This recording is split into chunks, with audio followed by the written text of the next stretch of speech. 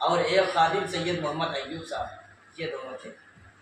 آج دیکھا کہ امام عشق و محبت آپ فرماتے تھے کہ ہر چیز داہنے سے شروع کی جائے۔ آج فجر کا وقت ہے اور زیادہ وقت نہیں ہے اور آپ کو نماز پڑھانی ہے، آج دیکھتے ہیں کہ آپ داہنے قدم کیسے رکھتے ہیں، داہنے پر کیسے عمل کرتے ہیں۔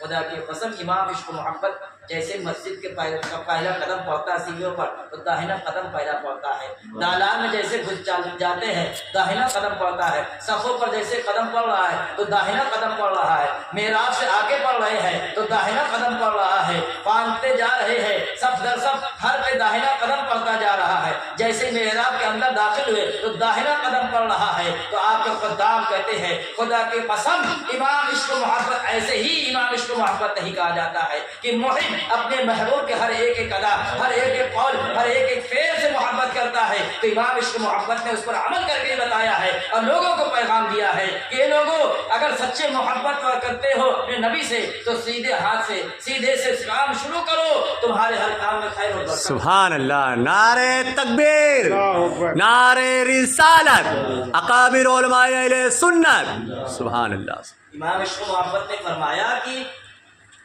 بہت سے صحابی رسول کا مذہب یہی ہے کہ مدینہ کیا ہے سب سے افضل ہے۔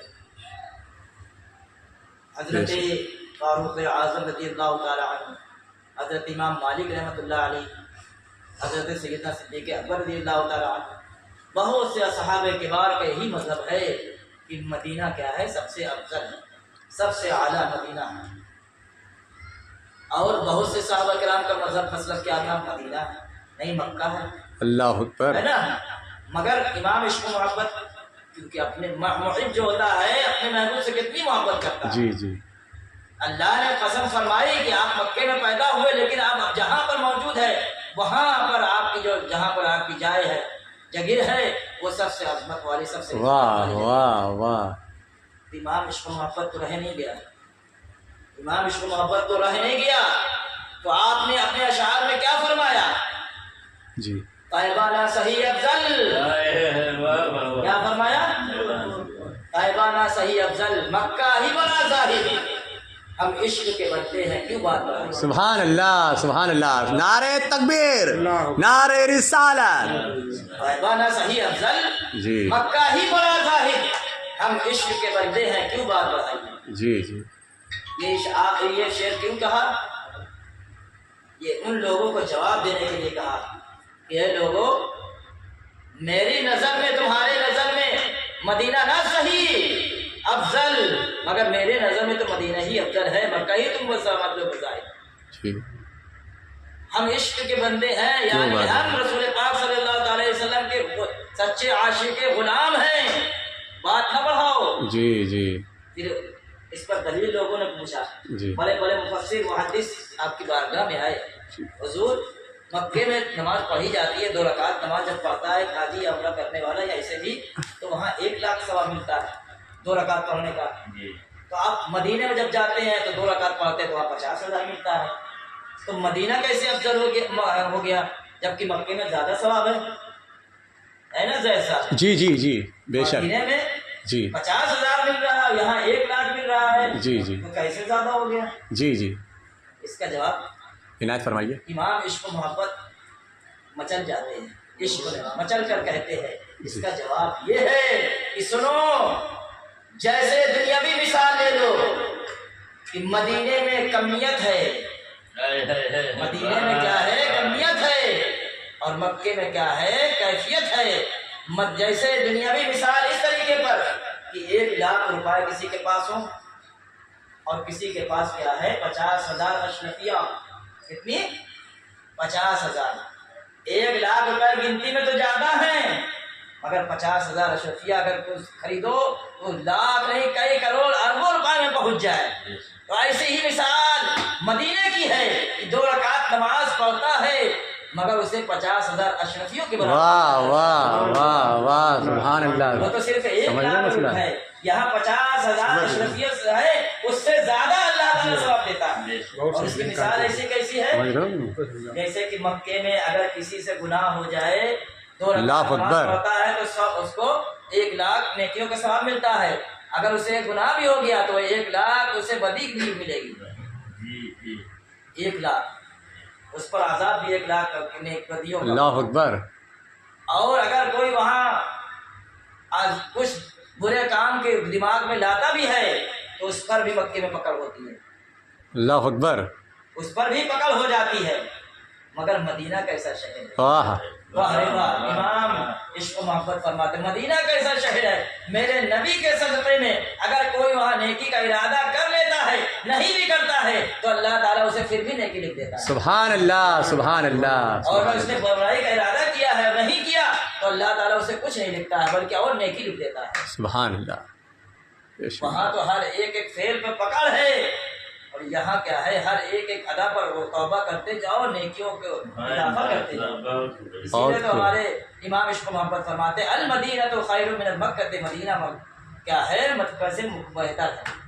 ماشاء اللہ سبحان اللہ۔ اور آپ اس کو ایسے دیکھتے تھے جب بھی کوئی مدینے سے آتا، جب بھی کوئی حاجی آتا یا عمرہ کر کے آتا، امام عشق و محبت پوچھتے کہاں سے آئے؟ حضرت ہم عمرہ کر کے آئے، حج کر کے آئے۔ آپ فرماتے کہاں گئے تھے؟ اگر وہ شخص کہہ دیتا کہ ہم مکہ گئے ہیں تو آپ اس کے طرف التفات نہ فرماتے، توجہ نہ فرماتے۔ اگر وہ کہہ دیتا کہ حضور میں تو مدینہ گیا تھا، واہ وہاں 7 دن رہا، ہر وقت ہر لمحہ نبی کی بارگاہ میں گزارا ہے، خدا کی قسم امام عشق و محبت اب ٹھہرتے نہیں تھے، فوراً آنکھی کو چوم لیتے، پیشانیوں کو چومتے، پیر پر گر کر پیر کو چوم لیتے، اور آپ کے اندر ایسی سوزش آ جاتی۔ آپ فرماتے تھے، آپ خود اشعار میں فرماتے نام لے لیا، نام مدینہ نام لے دیا گیا، چلنے لگی نسیم سحر۔ واہ واہ۔ نام مدینہ لے دیا، چلنے لگی نسیم سحر، یعنی آپ نے نام لیا نہیں کہ آپ کے بدن میں نسیم سحر چلنے لگی خود لگی۔ سبحان اللہ۔ سوزش غم ہم کو ہوا کیوں چلائی کیوں، سوزش غم نے ہم کو بھی ہوا چلائی کیسی کیوں؟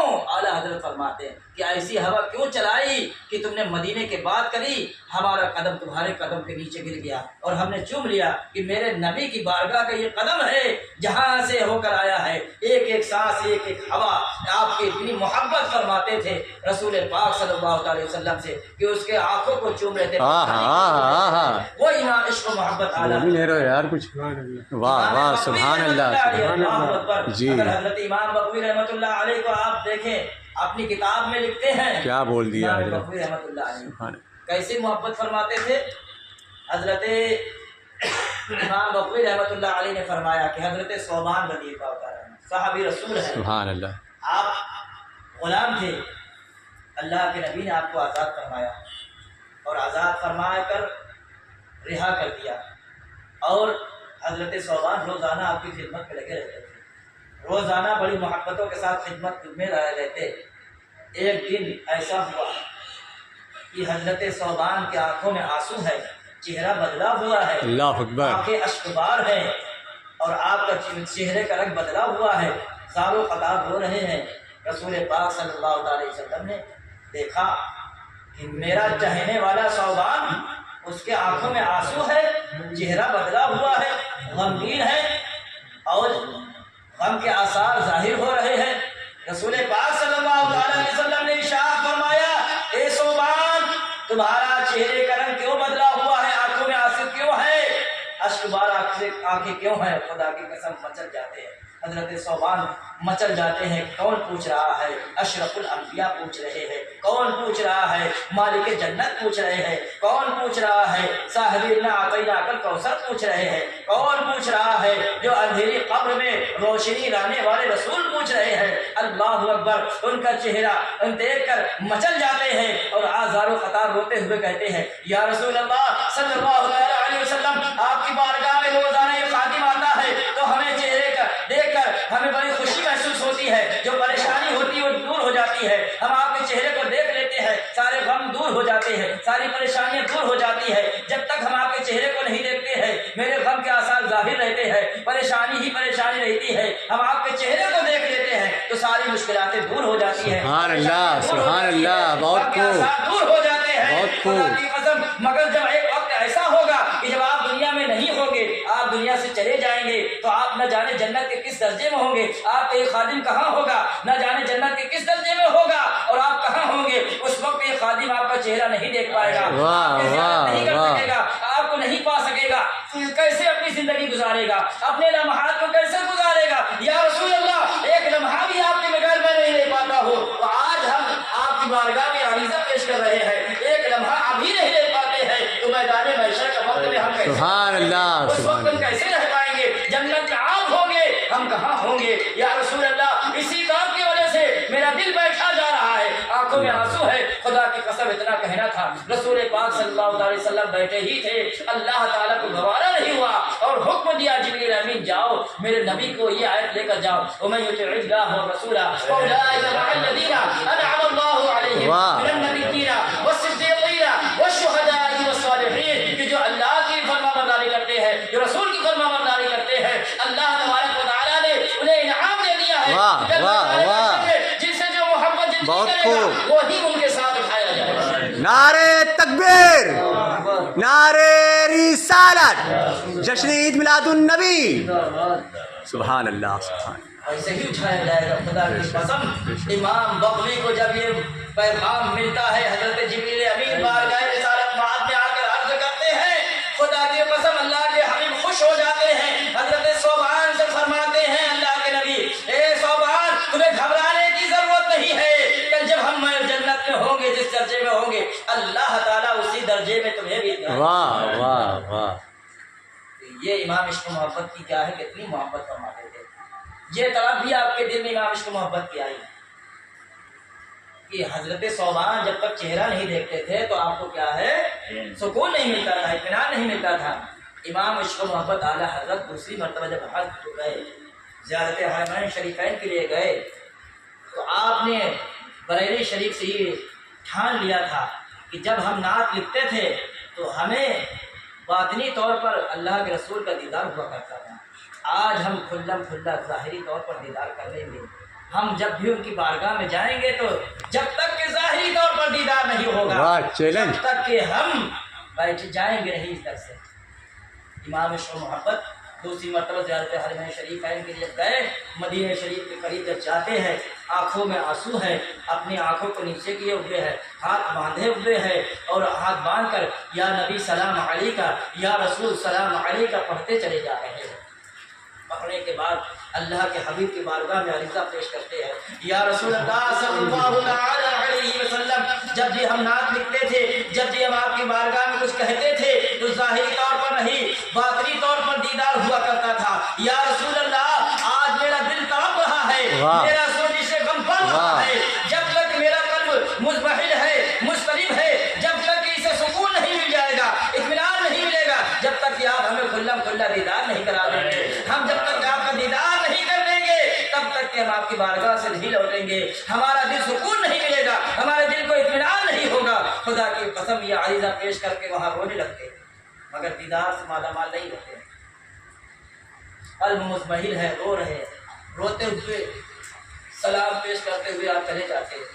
دوسرے دن اپنے حجرے اقدس میں بیٹھے ہوئے ہیں، بڑے مضطرب ہے، بڑے پریشان ہیں، اسی عالم استغراق میں مضطرب ہونے کے عالم میں سوزش غم کے ساتھ اللہ کے نبی کی بارگاہ میں ایک نعتیہ لکھتے ہیں، اور بڑے اچھے انداز میں لکھتے ہیں، اور لکھنے کے بعد اللہ کے رسول کی بارگاہ میں آتے ہیں، اور اسے لا کر جب پڑھتے ہیں معجزہ شریف کے سامنے، ہاتھ باندھ لیتے ہیں اور کہتے ہیں، وہ سوئے لال ہزار پھرتے ہیں، اے دل اے بہار پھرتے ہیں، اس گلی کا گدا ہوئے جس میں مانگتے تاجدار پھرتے ہیں۔ نعرے تکبیر، نعرے رسالت، مسلک اعلیٰ حضرت، تعلیمات اعلیٰ حضرت، فیضان اعلیٰ حضرت، سیدی اعلیٰ حضرت، عشق محبت، عشق محبت، سبحان اللہ سبحان اللہ۔ اس گلی کا گدا ہوں میں جس میں مانگتے تاجدار پھرتے ہیں۔ پھر اپنے مقطع میں کیا فرماتے ہیں، تجھ سے کیوں پوچھے چلی بات رضا، تجھ سے شیدا، تجھ سے کتے ہزار پھرتے ہیں۔ سبحان اللہ، اتنا کہنا تھا، سوزش کم مضطرب و پریشان حالت میں جب آپ نے یہ اشعار کو کہا ہے تو اللہ کے نبی کی بارگاہ میں یہ مقبول ہو گئے ہیں۔ اللہ کے نبی کو گوارا نہیں ہوا کہ میرا ایک غلام مجھے بار بار التجا کرے اور میں اس کی طرف توجہ نہ کروں، خدا کی قسم آپ نے فرمایا ہے، آپ کے تمام لوگوں نے دیکھا ہے، حیات اعلیٰ حضرت میں لکھا ہے، امام عشق و محبت اعلیٰ حضرت نے جب اشعار کو پڑھا ہے تو آپ کے سنہری جالیوں سے ہاتھ نکلا ہے اور آپ اپنے اس مقدس گھر سے، مقدس قبر انور سے نکلتے ہیں اور نکل کر امام عشق و محبت کے چہرے کو چومتے ہیں، بوسہ دیتے ہیں اور کھلا کھلا زیارت فرماتے ہیں، آنکھوں کا بوسہ لیتے ہیں، امام عشق و محبت قدموں کو چومتے ہیں اور زیارت کرتے ہیں اور امام عشق و محبت کی اس دعا کو مقبول فرما لیتے ہیں۔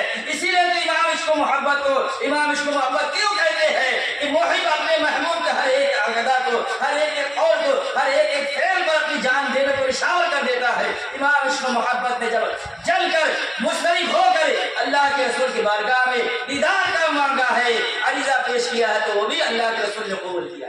سبحان اللہ، سبحان وہ امام اللہ، عشق و محبت ہے، بے شک، وہ اعلیٰ حضرت ہے۔ اعلیٰ حضرت دنیاوی مثال میں اعلیٰ کیوں کہتے ہیں؟ جب آدمی کے دنیاوی حساب سے کپڑا گندا ہو جاتا ہے تو کیا جی کرتا ہے؟ دھوتا ہے، آلہ لگاتا ہے۔ آلہ دھونے والا، ہاں، جی سفید جی کپڑا ہے، جی جی اس میں کچھ گندا ہوا الگ سے، چائے گر گئی یا کچھ گر گیا مسالہ، اس میں کیا لگاتا ہے؟ آلہ لگاتا ہے۔ مگر جب ایمان خراب ہوتا ہے انسان کا تو کیا کرتا ہے؟ پھر وہ اعلیٰ حضرت کا نام لیتا ہے۔ کیوں لیتا ہے؟ دھلائی، جس طریقے سے اعلیٰ دنیاوی اعتبار سے کپڑے کو صاف کر دیتا ہے، ایسے ہی اعلیٰ حضرت کا نام لے لیا، سبحان اللہ، عقیدہ دور ہو جاتے ہیں، دھلائی، وہابی دور ہو جاتا ہے، غیر مقلد دور ہو جاتا ہے، رافضی دور ہو جاتا ہے، مائلائی دور ہو جاتا ہے، سارے بد عقیدہ دور ہو جاتے ہیں۔ یہی اعلیٰ حضرت کو اعلیٰ کیا بات بتائیے حضرت صاحب کو، ماشاء اللہ، سبحان اللہ، اعلیٰ حضرت اسی لیے اعلیٰ حضرت کہا جی جاتا ہے۔ جی ماشاء اللہ، اور وہابی کیا کہتا تھا جی جی، کہ ہم سلام پڑھنا شرک ہے، بدعت ہے۔ اللہ اکبر، معاذ اللہ نعوذ باللہ، پڑھنا کیا ہے؟ بدعت ہے، شرک ہے، معاذ اللہ نعوذ باللہ، امام عشق و محبت کی بارگاہ میں فیصلہ گیا۔ ابھی تک تو ایک مرتبہ سلام پڑھا جاتا تھا، یا نبی سلام علیکہ، یا رسول سلام علیکہ، جی جی پڑھا جی، جاتا تھا۔ امام عشق و محبت اور غضبناک ہو گئے کہ محبوب کی بارگاہ میں تو نے ایسی گستاخی کی۔ امام عشق و محبت اپنا قلم اٹھاتے ہیں سلام کے بارے میں تو شرک کہتا ہے، جی، تو ایک مرتبہ پڑھنے کو شرک کہتا ہے، میں ایک مرتبے میں 1,00,000 مرتبہ بھیجوں گا، تو کچھ کر لے۔ سبحان اللہ، سبحان اللہ، سبحان امام اللہ، عشق و محبت اعلیٰ حضرت فرماتے ہیں، مصطفیٰ جان رحمت پہ لاکھوں سلام، سبحان اللہ، بزم ہدایت پہ لاکھوں سلام، امام عشق و محبت ایک ہی بار میں 1,00,000 مرتبہ بھیجے دے رہے جی ہیں، جی تو ایک مرتبہ میں چڑھا جا رہا ہے۔ جی، درود پاک کو تو بدعت بتاتا تھا، جی، امام عشق و محبت مچل جاتے، تو میرے درود پر قدغن لگاتا ہے کہ درود نماز سے پہلے، اذان سے پہلے، دعا سے پہلے، ہر وقت پہلے کیوں پڑھا کرتے ہو؟ کیا وجہ ہے؟ امام عشق و محبت مچل جاتے ہیں اور مچل کر کہتے ہیں صبح طیبہ میں ہوئی بڑھتا ہے بارہ نور کا، اور وہ نہیں، یہ فرماتے ہیں